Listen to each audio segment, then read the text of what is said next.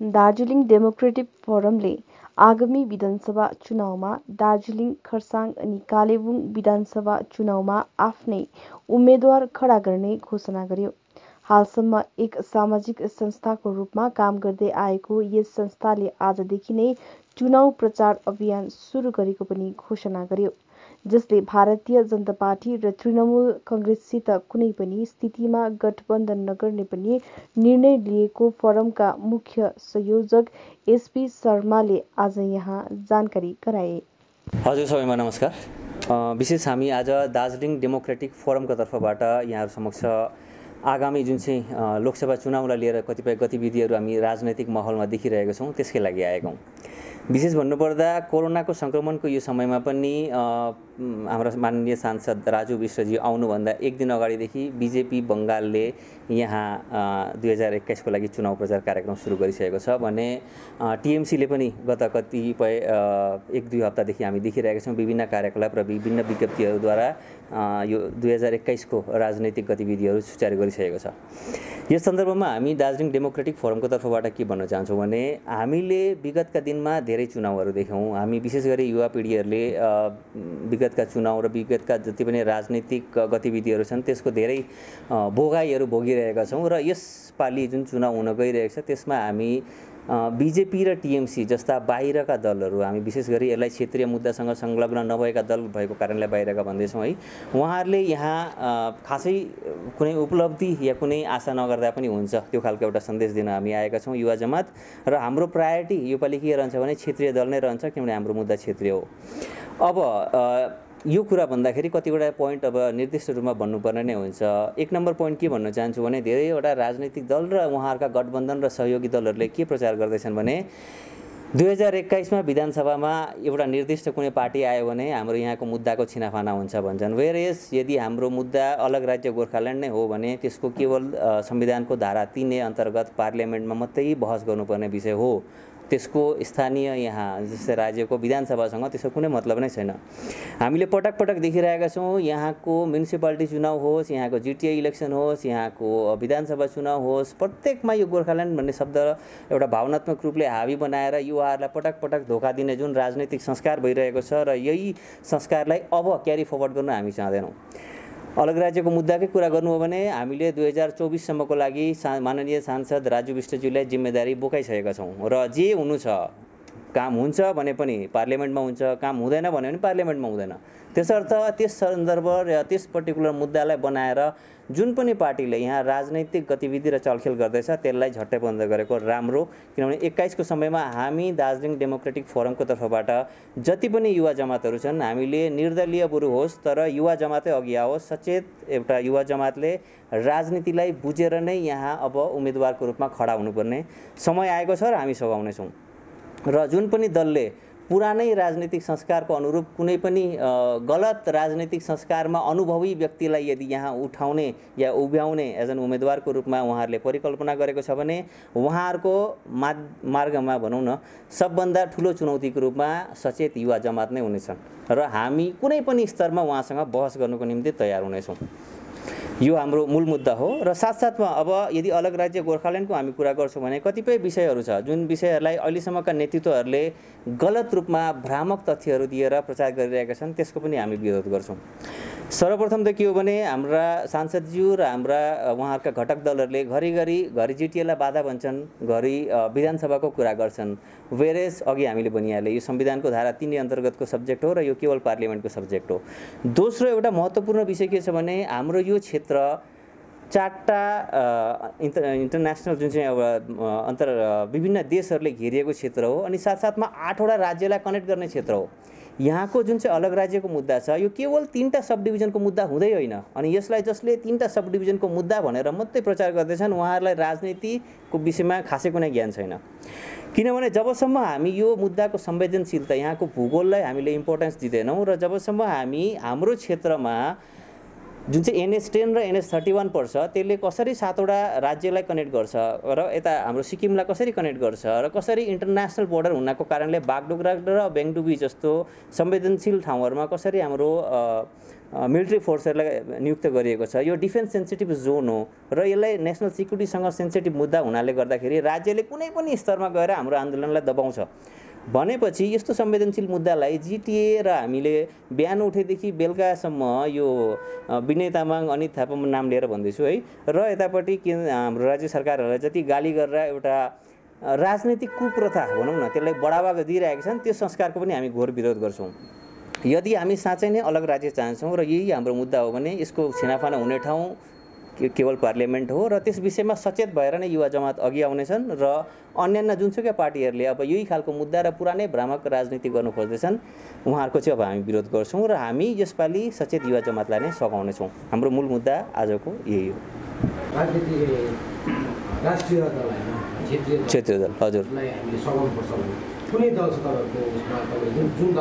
दुर्भाग्यवश हामीले अहिलेसम्म कुनै क्षेत्रीय दल यस्तो देखेका छैनौँ जसको मेरुदण्ड सही होस्। हामीले देखेका छौँ कि त हामी राष्ट्रिय दलको एउटा लम्पसार परेर उहाँहरूसँग भिक्षा मागेको जस्तो खालको एउटा अवस्था भइरहेको छ अथवा हाम्रो राज्यको जुनसुकै दल छ उहाँहरूसँग पनि हाम्रो मतलब एक्टिभिटी त्यही नै छ। त्यसले गर्दा कुनै पनि क्षेत्रीय दल स्ट्रङ भएर अघि आएको छैन र त्यसैले गर्दाखेरि हामी सचेत युवा जमात उहाँहरू नै अघि आउनुपर्ने छ र हामीले सघाउने भनेको यसपालि इनएक्सपिरियन्स नै भन्छु म। राजनीतिमा अब धेरै अनुभवी व्यक्ति छ उहाँलाई नै उम्मेदवार बनाउनुपर्छ भन्छ नि, तर म एउटा छोटो इक्जाम्पल दिन्छु। होटलमा यदि जुठो थाल छ र एउटा क्लिन थाल छ भने हामी क्लिन थाल नै रोज्छौँ नि, किन जुठो गलत हो।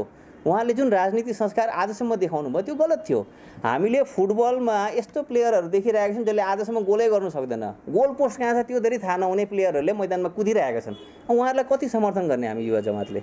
हामी अब समर्थन गर्ने र हामीले सघाउने भनेको केवल मात्र नयाँ सचेत युवा जमात हो र उहाँहरूलाई नै हामी सघाउनेछौँ। कुनै क्षेत्रीय राजनैतिक दलसँग चाहिँ हामी एउटा कोअपरेसनमा काम गर्न सक्छौँ। यदि उहाँलाई पनि यो चिज सही लाग्छ भने उहाँहरू आउने हामी आपस्तमा बात गर्छौँ र उहाँहरूसँग भेट्छौँ पनि, हामी सल्लाह पनि गर्छौँ, मिलेर काम गरौँ, त्यसमा हामी खुलस्त रूपमा छौँ।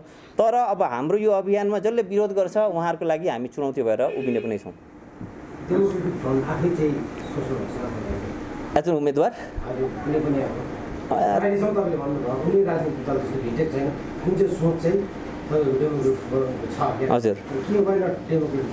हजुर डेमोक्रेटिक फोरमको तर्फबाट नै हामी उम्मेदवारलाई उठाउने हो, त्यो चाहिँ निश्चित छ।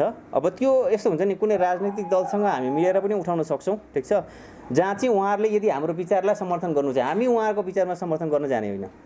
हाम्रो विचार र हाम्रो ओभरअल प्लानिङ जे छ त्यो प्लानिङमा यदि उहाँहरूले समर्थन गर्नुहुन्छ भने we are okay with that है। तर अब हामी कुनै पर्टिकुलर पार्टीलाई समर्थन जनाउन चाहिँ जाने होइन, त्यहाँ क्लियर छौँ, हाम्रो अडान त्यहाँ क्लियर छ। हामी त चाहन्छौँ यहाँका जति पनि क्षेत्रीय राजनैतिक दलहरू छन् सबैले समर्थन गरून्, किनभने हामीले यदि उहाँहरूको वर्चस्व उहाँहरूको अस्तित्व जोगाउनु छ भने कुनै पनि राजनीतिक दल आज जतिले पनि राजनीति बुझ्नुहुन्छ उहाँहरूको अस्तित्व खतरामै छ। प्रत्येक राजनैतिक दलको, क्षेत्रीय राजनैतिक दलको। त्यसो हुँदा उहाँहरूको अस्तित्व बचाउनु भनेको काहीँ न काहीँ सङ्गठित भएर काम गर्नुपर्छ। यो एउटा संयुक्त फोरम जस्तो हामी बनाउने कोसिस गरेको। उहाँहरू आउनुहुन्छ भने बेटर, उहाँहरू द्वन्द्व चाहनुहुन्छ भने बेटर, हामी दुवै पक्षमा तयार छौँ। डिडिएफले 2021 को विधानसभा चुनावको लागि चाहिँ प्रचार सुरु गरेको आजदेखि। हजुर, यो आधिकारिक घोषणा भन्न सक्नुहुन्छ यसलाई।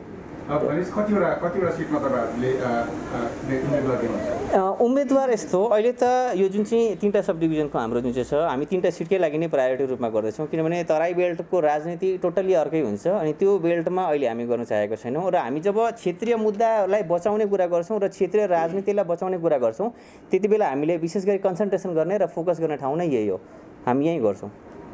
मेन इस्यु के हुन्छ चुनावको? धेरै मुद्दा छ नि, तर अघि भनिहालेँ जसले पनि अब यसलाई विधानसभामा गोर्खाल्यान्डको मुद्दा भन्छ हामी त्यसको अपोज गर्छौँ, तर गोर्खाल्यान्ड एउटा रणनीतिको हिसाबमा चाहिँ रहन्छ हाम्रो पनि। अब मूल मुद्दा भन्दाखेरि जब हामी यसलाई अघि तपाईँलाई भनिहालेँ एउटा डिफेन्स सेन्सिटिभ जोन हो भनेपछि डिफेन्स सेन्सिटिभ जोन हुँदाखेरि हाम्रो युवाहरूको चरित्र कस्तो हुनुपर्ने, हाम्रो राजनैतिक चरित्र कस्तो हुनुपर्ने, हाम्रो नेताहरूको भूमिका के छ, हाम्रो जनताको भूमिका के छ, त्यस विषयमा अवेरनेस हाम्रो ठोस काम हुन्छ। र विधानसभामा उठाउनुपर्ने जुन मुद्दा छ, किनभने यहाँ डिफेन्स सेन्सिटिभ जोन हुँदा डेभलपमेन्ट एउटा ठुलो इस्यु हुन्छ। त्यो डेभलपमेन्टको लागि बेरोजगारीदेखि लिएर हाम्रो जुन चाहिँ आधारभूत अधिकारहरू छ, चाहे त्यो विद्युत होस्, चाहे त्यो पानी होस्, सडक होस्, एभ्रिथिङ जुन चिजले चाहिँ हाम्रो यहाँको मानिसहरूलाई एउटा सेल्फ डिपेन्डेन्ट बनाउनु सहयोग गर्छ र मानिसहरू काहीँ न काहीँ त्यो भर पर्ने अहिले जुन चाहिँ छ नि त्यो एउटा आर्थिक कमजोरी भएको समाजमा एउटा अवस्था छ, त्यसलाई अलिकति अगाडि बढाएर लिएर जाने र राजनैतिक चेतना, किनभने राजनैतिक रूपले जबसम्म हामी सचेत हुँदैनौँ यो डिफेन्स सेन्सिटिभ जोनमा हामी यसको जिम्मेदारी बोक्ने लायक सम्झिँदैन हामीलाई सेन्ट्रलले। अनि त्यो ठाउँमा त्यो दुईवटा चिजमा हामी काम गर्छौँ र विशेष गरी सेन्टर यो हाम्रो विधानसभाको भूमिका भन्नु हो भने नियम कानुन बनाउनुको लागि हो नि त। अन्त त्यो नियम कानुन बनाउनुको लागि भनेको चाहिँ हाम्रो त्यो भूमिगतहरूको मुद्दा पनि आउँछ। विशेष गरी धेरैजनाले सायद भूमिगतहरूप्रति एउटा सेन्सिटिभ एउटा चुनावको बेलामा चाहिँ भन्छन्, तर काम गर्ने ठाउँ एक्ज्याक्टली त्यहाँ अहिलेसम्म काम गरेको छैन। ल एन्ड अर्डर स्टेटको हातमा छ, स्टेटसँग हामीले कतिको लबी बनायौँ त्यो जबसम्म गर्दैनौँ हामीले भूमिगतहरूलाई पनि एउटा फल्स एस्योरेन्स दिइरहेका छौँ काम गर्ने ठाउँ त्यहाँ हो। जबसम्म त्यहाँ हामी राइट मान्छे पुग्दैनौँ, राइट चर्चा गर्दैनौँ, मुद्दा त्यतिकै बस्छ। र यस्तै कतिपय मुद्दाहरू छन्, हामी त्यसलाई विस्तृत रूपमा तपाईँहरू समक्ष आउँछौँ चुनावी घोषणापत्रहरू लिएर र हाम्रो जे मुद्दाहरू छ मेनिफेस्टो लिएर त्यो आउँछौँ। अहिले टाइम छ, उम्मेदवारहरूको नाम पनि भन्ने टाइम छ है।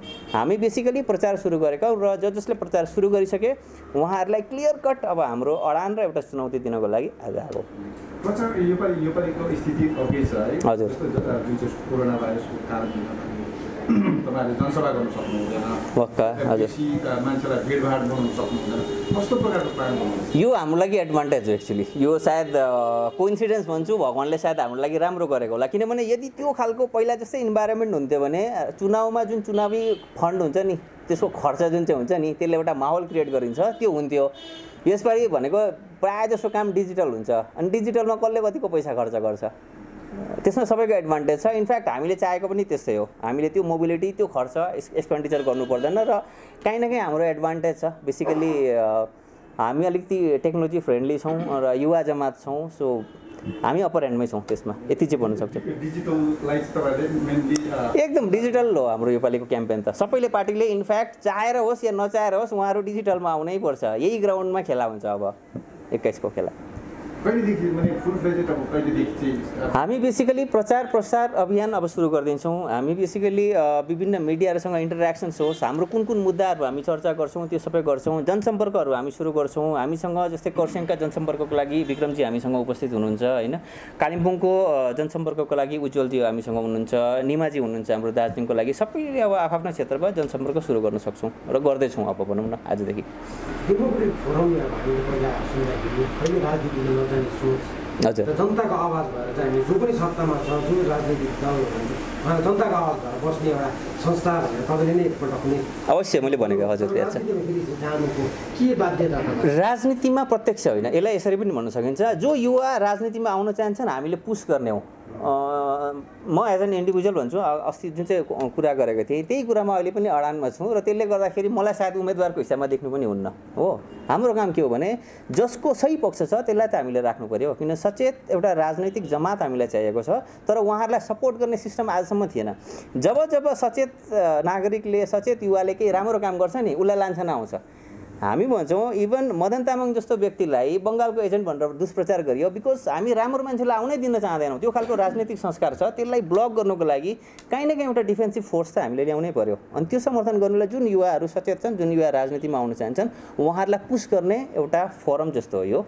अनि राम्रो पाराले जसले अब राम्रो राजनीतिक दिशा निर्देश गर्न सक्छ, सायद उहाँलाई कतिवटा रणनीति चाहिएला, हामीले कतिपय स्टडी गरेका छौँ त्यो चिज चाहिएला, हामी त्यो सबै दिन तयार छौँ। जुन उम्मेदवारले मैले भनिहालेँ कुनै पार्टीले एउटा भेस्टेड एउटा इन्ट्रेस्ट लिएर चुनावमा मैदानमा उत्रिँदैछ उसँग चुनौती दिनको लागि सायद हामी नै फोरफ्रन्टमा हुन्छ होला, त्यो उम्मेदवारसँग जानु पनि पर्दैन, त्यो रोल हामी प्ले गर्छौँ यसपालि। त्यही हो मुख्य उद्देश्य। हामी इनफ्याक्ट कसैलाई पनि नछुट्याइकन केवल बिजेपी र टिएमसी, बिकज हामीले नकारेको हो यो दुईवटा दललाई कि यो दुईवटा दलले चाहिँ हाम्रो क्षेत्रीय मुद्दा बोक्न सक्दैन भनेर। त्यसले गर्दा यो दुईवटा दल बाहेक जति पनि क्षेत्रीय राजनैतिक दल छन् हामी सबैसँग चर्चा गर्नेछौँ। अहिले कुरा पनि गर्दिनँ, तर यस्तो हुन्छ नि पोस्ट इलेक्सन अब जस्तै हामीले जति जितिसक्यौँ त्यसपछि यस्तो हुन्छ नि समीकरण हेर्छौँ कस्तो समीकरण हुँदैछ राज्यमा, सो द्याट हाम्रो मुद्दालाई पुस गर्नु कुन ठाउँमा हामीले लबी गर्नुपर्छ त्यो सेपरेट चिज हो। तर प्री पोल चाहिँ अब हामीले गर्ने भनेको यहाँको जति पनि क्षेत्रीय दलहरू छन् केवल उनीहरूसँग हो, यो दुईटै दललाई हामी एभोइड गर्छौँ। नमस्कार, म विक्रमादि बाङ्गेल। आज डिडिएफको तर्फबाट दुई शब्द राख्न म पनि यहाँ आज यस प्रेस भेलामा आएको छु।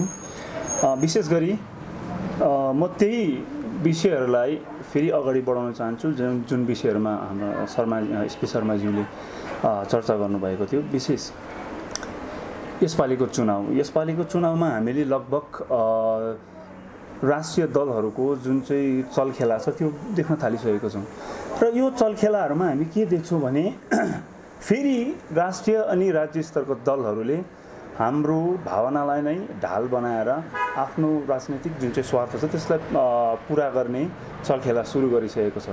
त्यसै कारणले त हामी विभिन्न सोसियल मिडियाहरूतिर देख्छौँ कार्यकर्ताहरूले विभिन्न दलको प्रतिनिधिहरूले जुन प्रकारको बयानबाजी गरिराख्नु भएको छ त्यो एकदमै भावनामा आधारित छ र भावनाले अहिलेसम्म हामीले कहाँ पुर्यायो त्यो हामीलाई विदितै भएको कुरो हो।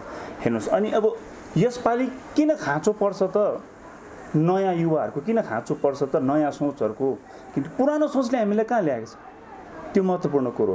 पुरानो सोचले हामीलाई यदि कहीँ ल्याएको छैन, पुरानो सोचले हामीलाई कुनै ठाउँमा पुर्याएको छैन भने नयाँ सोचपट्टि लाग्नु हामी बाध्य नै हुन्छौँ। अब जहाँसम्म दलको कुरा चल्दै थियो यो अघिल्लो एसपी शर्मा ज्यूसँगको जुन चाहिँ वार्तालापमा, त्यसमा के भने लगभग अब हामी निर्दलीय नै हुन्छौँ होला।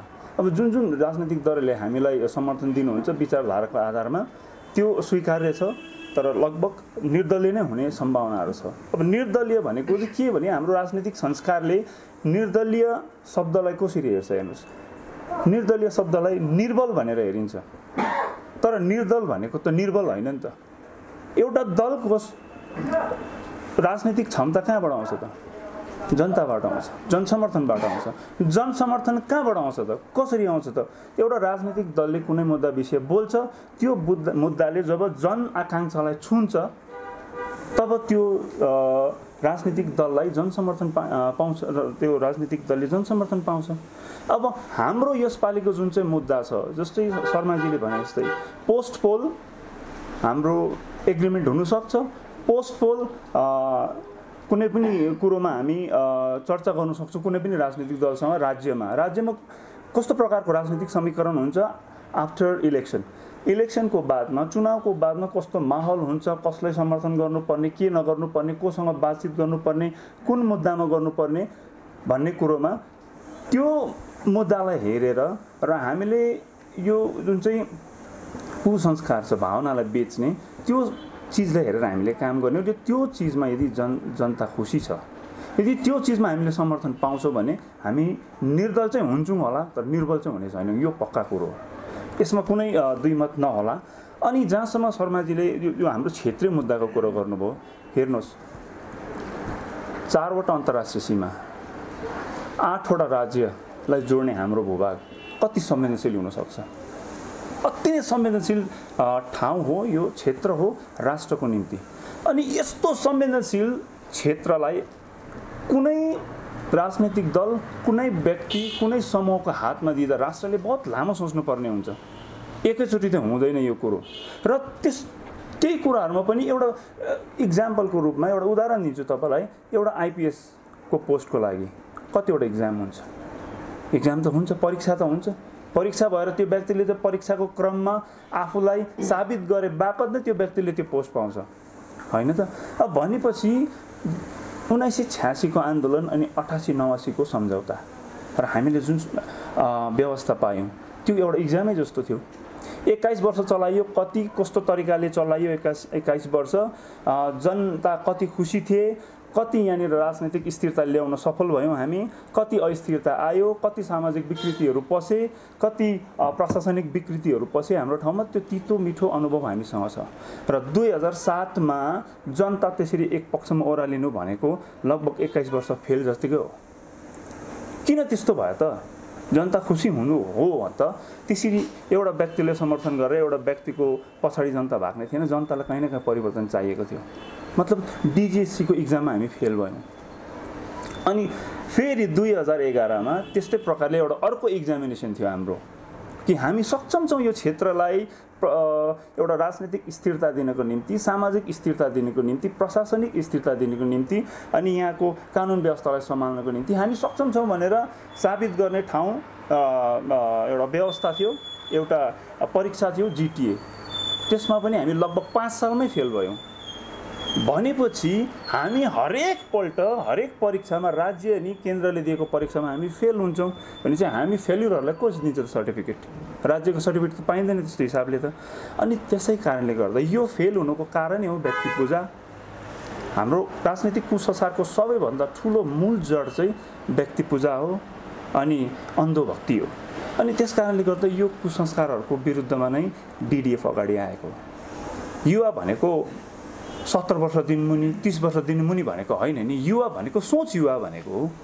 युवा भन्दा हामी सिधै उमेरमा जानु हुँदैन, सोच युवा हुनसक्छ। 55 वर्षको मान्छेले पनि नयाँ सोच लिएर आउन सक्छ।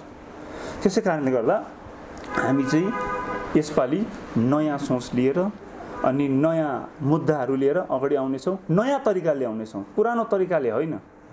पुरानो तरिकाले आउने छैनौँ। खालि अलग राज्यको जुन चाहिँ भावना छ त्यसलाई आधार बनाएर चुनाव लडिने छैन हाम्रो तर्फबाट।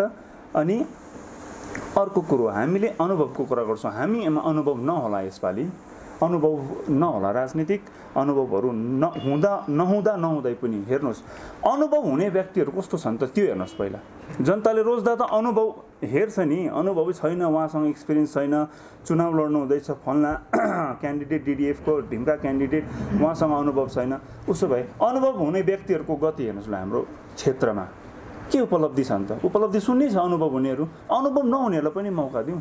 अनुभव नहुनु भनेको चाहिँ यहाँको माहौलसँग रुजेको भुजेको नहुनु, तर भुक्तभोगी त हो। भुक्तभोगी हुँदै पनि त मान्छेले अनुभव बटुलेको हुन्छ। तर अनुभवी नेताहरूको अनुभव केमा छ त? लुट्नेमा, जनता ढाँट्नेमा अनुभव छ उहाँहरूलाई। धेरैपल्ट ढाँटिसकेको कुरो। अनि के भन्छ यहाँको राजनीतिक माहौल, यहाँको राजनीतिक स्थिरतालाई कायम गर्न नसक्ने अनुभव छ उहाँहरूसँग। सक्ने भए त यस्तो अस्थिरता हुने थिएन। यत्रो बिघ्न राजनीतिक हतियार भइसकेको छ। अनि यसै कारणले गर्दा अनुभवपट्टि पनि नजाउँ। हाम्रो क्षेत्रको अनुभवै भएको व्यक्तिहरूले पनि साह्रै ठोस काम गरेको छैन। लेट्स ट्राई समथिङ न्यू, नयाँमा जाउँ। कतै कुछ हुन्छ कि, तर कमसेकम हामी भावनामा नजाउँ। हामी यसपालि भावनामा नजाउँ। छुट्टै राज्यको मुद्दामा यो विधानसभाको चुनाव नलडौँ। यो पनि एक प्रकारको कुसंस्कारै हो भनौँ है भने त। हामी म्युनिसिपालिटीको चुनाव पनि अलग राज्यको भावनामा लड्छौँ। त्यो लडिएकै हो। पोस्टर त छ्याल्याम्ल्याम देखिन्छ। के म्युनिसिपालिटीमा गोर्खाल्यान्ड हुन्छ त? म्युनिसिपालिटीमा गोर्खाल्यान्डको निर्णय हुन्छ? हुँदैन नि। अन्त यो भावनाले किन बार बार प्रयोग गरिन्छ? किन यो भावनाप्रति हाम्रो जनताको आकाङ्क्षा जोडेको छ, इच्छा जोडेको छ। यो गोर्खाल्यान्डको मुद्दासँग खालि हाम्रो स्वार्थ मात्र होइन, हाम्रो आर्थिक स्वार्थ, हाम्रो राजनीतिक स्वार्थ मात्र होइन, हाम्रो पुरा सर्वस्वै जोडेको कारणले गर्दा यो भावनाको मुद्दा चाहिँ एकदम प्रबल छ। कुनै पनि चुनाव जिताउन सक्छ, यसले हराउन सक्छ। तर यसपालि त्यसरी नजाउँ भन्ने हाम्रो सोच हो। नमस्कार, म हृदय लामा सन्देश आजको एउटा युवाहरूलाई सन्देश नै दिनु आएको हो। किनभने चाहिँ किन सन्देश दिनु पऱ्यो भने चाहिँ गोर्खाल्यान्डदेखि सुरु गर्न चाहन्छु। गोर्खाल्यान्ड मुद्दामा जन्मिएको पार्टीहरूले आजसम्म हाम्रो यहाँ के कसो उपलब्धिहरू ल्याए, के कस्तो फेसिलिटीहरू हामी जनता समक्ष राखेँ र आजको सचेत र एडुकेटेड युवाहरूलाई कतिको सहयोगहरू दिए भन्ने कुराहरूमा म चर्चा गर्न आएको छु यहाँ। र म जनतालाई यो मेसेज दिन चाहन्छु कि जब तक यहाँको दार्जिलिङको जनता गोर्खाल्यान्ड शब्दको ह्याङओभरबाट चाहिँ माथि उठ्दैन, फ्रेस हुँदैन, रिफ्रेस हुँदैन, तब तक चाहिँ यहाँ अलग राज्यको सम्भावना देख्दैनौँ हामी। किनभने चाहिँ यो कुराहरू चाहिँ हामीले धेरै विश्लेषण गरिबस्नुपर्छ जस्तो लाग्दैन। जनताले यो कुराहरू धेरै राम्रो प्रकारले महसुस गरिसकेको छ, अनुभव गरिसकेको छ। र गोर्खाल्यान्डकै निम्ति जन्मिएको पार्टीहरूले र किन गोर्खाल्यान्ड जन्माउन सकेन त भन्ने प्रश्न पनि जनताले बुझ्नुपर्छ अब चाहिँ, जस्तो लाग्छ मलाई। र अर्को कुरा के हो भन्दाखेरि यहाँ अहिले कोरोनाको पनि कुरा गर्न चाहन्छु। जुन प्रकारले अहिले कोरोना महामारीले तहल्का मचाइरहेको छ विश्वभरि नै हैन, र यस कोरोना महामारीले तहल्का मचाइरहेको समयमा आज देशको विभिन्न प्रान्तहरूबाट देश विदेशबाट हाम्रो युवा युवती जमातहरू आफ्नो गाउँठाउँ फर्केर आइरहेको छ, र गाउँठाउँ फर्केर आइरहेको राम्रो कुरा हो, आउनुपर्छ, पाउनुपर्छ। तर उहाँहरू आएपछि आज यहाँ बेरोजगारीको समस्या बढेर जान्छ। यो कुराहरू हजुरहरूलाई एकदमै स्पष्टसँगले थाहा छ, र यसमाथि के कस्तो उपलब्धिहरू आजमा सत्तामा रहेका नेता राजनीतिक दलहरूले गर्न सक्छ, यहाँ यी कुराहरू चर्चाहरू गर्नेछौँ। हामी आउने दिनहरूमा धेरै धेरै राम्रो राम्रो मुद्दाहरू लिएर आउनेछौँ। धेरै कुराहरू त यहाँ हाम्रो बाङदेलज्यू र एसबी शर्माज्यूले स्पष्ट गरिसक्नु भएको छ यहाँहरूलाई। र आजका युवाहरूलाई म के मेसेज दिन चाहन्छु भने, जब तक हामी दार्जिलिङको युवा, हामी गोर्खाल्यान्डै भनौँ है, या अलग राज्यप्रेमी युवाहरू सचेत हुँदैनौँ, तब तक हामीलाई यहाँको नेताहरूले ठगेर खाइरहेका नै छन्। आज हामी धेरै यहाँ दार्जिलिङको मान्छेहरू, आज हाम्रो यहाँको युवावर्ग युवतीवर्गहरू धेरै नै सचेत छन्, एडुकेटेड छन्। तर हामी यति धेरै सचेत, एडुकेटेड, इन्टेलेक्चुअल, ब्रिलियन्ट हुँदा पनि हाम्रो एउटा मजबुरी छ, परिस्थिति छ। हामी देशको विभिन्न प्रान्तहरूबाट या त देश विदेशमा गएर काम गर्ने एउटा स्थितिहरू हाम्रो यहाँ छ। यो किन भयो भन्दाखेरि यहाँ एउटा सही राजनीति नहुनुको कारणले गर्दा यो कुराहरू भएको छ, र यहाँ इमोसनल र सेन्टिमेन्टलको राजनीति नगरोस्, यो मेरो बिन्ती छ अगुवा नेताहरूलाई, अगुवा राजनीतिक दलहरूलाई। कारण अब हामीले देखिसकेको छौँ, हेर्नुहोस् 99% 99.9 जनताको समर्थन पाएर पनि आजका अगुवा नेताहरूले के गरे, यहाँ गोर्खाल्यान्ड भएन ठिक छ, यसमा हामीलाई कुनै मन दुख छैन, अलग राज्यको हाम्रो यहाँ निर्माण गर्न सकेन ठिकै छ। तर यहाँको सानो व्यवस्थाहरूले पनि यहाँ धेरै कुरोहरूको उपलब्धि गर्न सकिन्थ्यो। आज पनि गाउँठाउँको हस्पिटल हामीले बाटोघाटो हेऱ्यौँ भने पेसेन्टहरूलाई ल्याउँदै नै हामीले कस्तो एउटा क्रिटिकल सिचुएसनतिर आइपुग्छ। यहाँ यस्तो स्थितिहरू धेरै छन्। यहाँ जे को कुरा मुद्दा, कुनै पनि म्युनिसिपालिटी इलेक्सन होस्, चाहे जिटिए इलेक्सन होस्, चाहे कुनै पनि इलेक्सन होस्, चाहे पञ्चायत इलेक्सन त भएको छैन, कुनै पनि इलेक्सन होस्, यहाँ गोर्खाल्यान्डकै शब्द युज गर्छ। र मैले भन्दैछु फेरि पनि जनतालाई म जब तक चाहिँ गोर्खाल्यान्ड शब्दको ह्याङओभरबाट चाहिँ जनता उठ्नु सक्दैन, रिफ्रेस हुनु सक्दैन, तब तक चाहिँ यहाँ अलग राज्यको सम्भावना छैन। धन्यवाद।